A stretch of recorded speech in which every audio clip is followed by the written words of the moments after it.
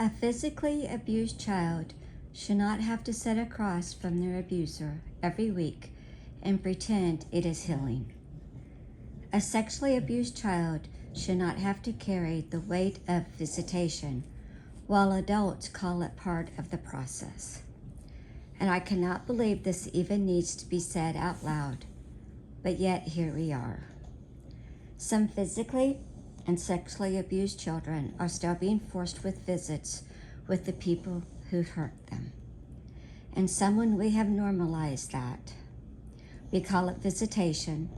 We call it part of the process. We call it necessary for reunification.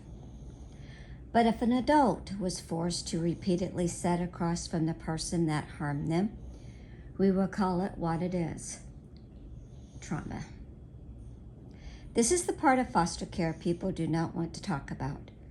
A child finally starts sleeping through the night, finally stops flinching when someone raises their voice, finally starts feeling safe enough to laugh again.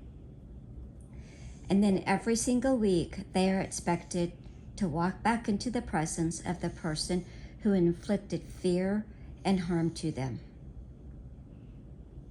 I am specifically talking about children who have experienced physical and sexual abuse, being forced into contact before true healing, accountability, and safety have been established.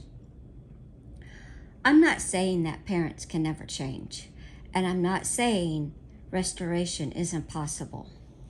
I believe in grace and redemption. I believe God can transform hearts. But I also believe kids deserve to feel safe.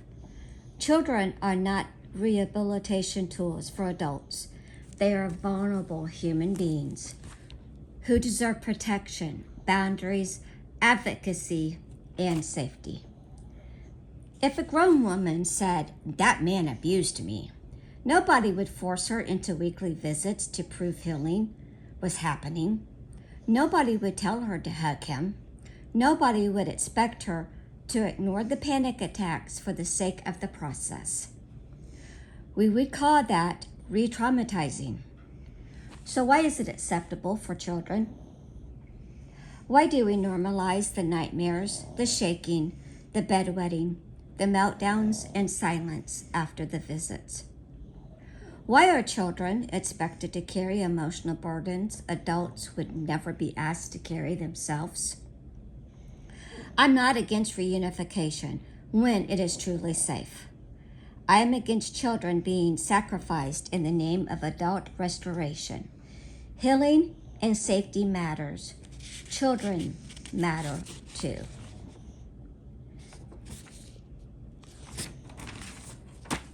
Jesus never ignored the vulnerable to protect the comfort of adults. He drew near to the wounded. He defended the innocent and protected the vulnerable. Maybe the harder question we all need to ask is, have we become so focused on giving adults more chances that we forgot the child standing right in front of us? This is Andrea Lipinski with Blessed by Adoption. Thank you for stopping by.